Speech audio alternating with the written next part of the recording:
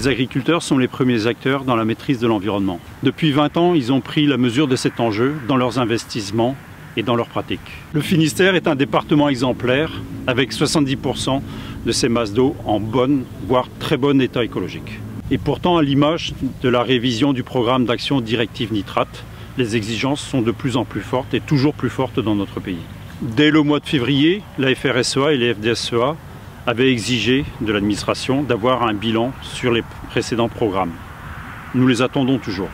Et dans le même temps, le préfet s'obstine toujours dans la surenchère réglementaire en signant dès le mois d'août les textes définitifs. Si 56 communes du département du Finistère sont sorties des zones d'action renforcées, l'ensemble des agriculteurs bretons doivent d'emblée sur cette campagne mettre en œuvre de nouvelles obligations. La FDSEA dénonce ce passage en force et a engagé la FRSEA à saisir le tribunal pour excès de pouvoir et par rapport aux nouvelles inégalités générées.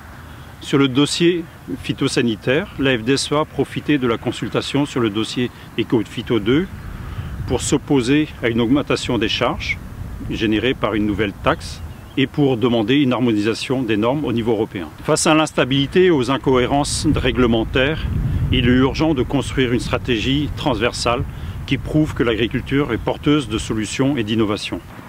Elle a de ce fait des capacités de relever les grands défis sociétaux que sont le changement climatique, les besoins en énergie, mais surtout la sécurité alimentaire.